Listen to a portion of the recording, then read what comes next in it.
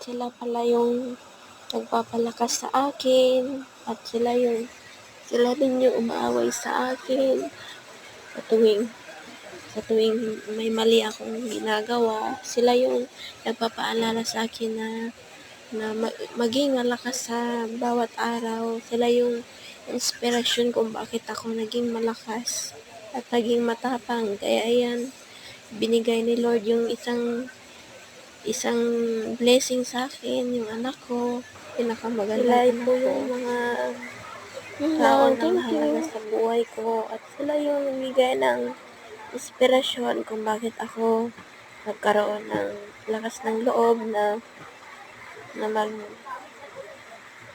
mag-open ng account sa YouTube. Kaya ako to ginagawa kasi para to sa kanila.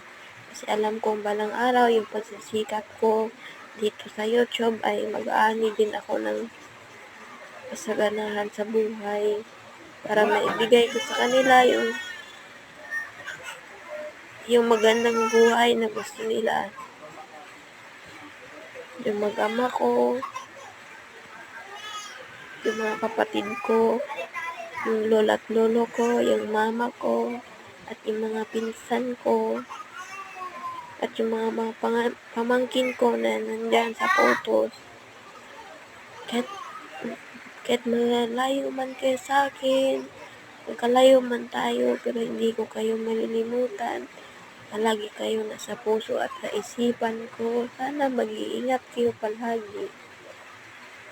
Huwag niyong kalimutan na palagi nandito lang ako. Pero sa ngayon, hindi mo na ako makakatulong sa inyo kasi wala ako.